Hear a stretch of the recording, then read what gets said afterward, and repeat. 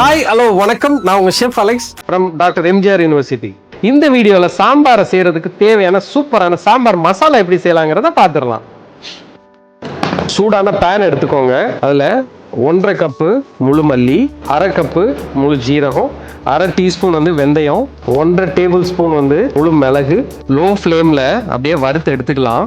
இதோட 1 table spoon கசகசா, கடுகு 3 டேபிள் ஸ்பூன், பட்டை சிறிதளவு, கடலைப்பருப்பு 2 டேபிள் ஸ்பூன், துவரம்பருப்பு 2 டேபிள் ஸ்பூன் நல்லா லோ ஃப்ளேமில் அப்படியே வறுத்து எடுத்துடலாம்.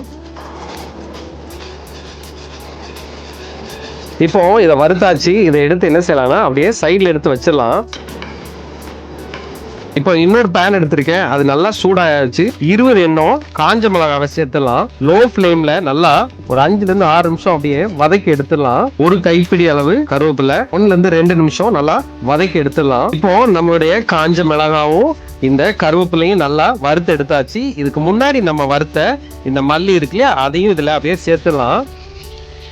1/2 டீஸ்பூன் மஞ்சள் பொடியும் சேர்த்துட்டு ஒரு டாஸ் பண்ணிட்டு இதை நல்லா அப்படியே கிளறி விட்டுருங்க. இப்போ நல்லா பவுடராக அரைச்சி எடுத்துடலாம்.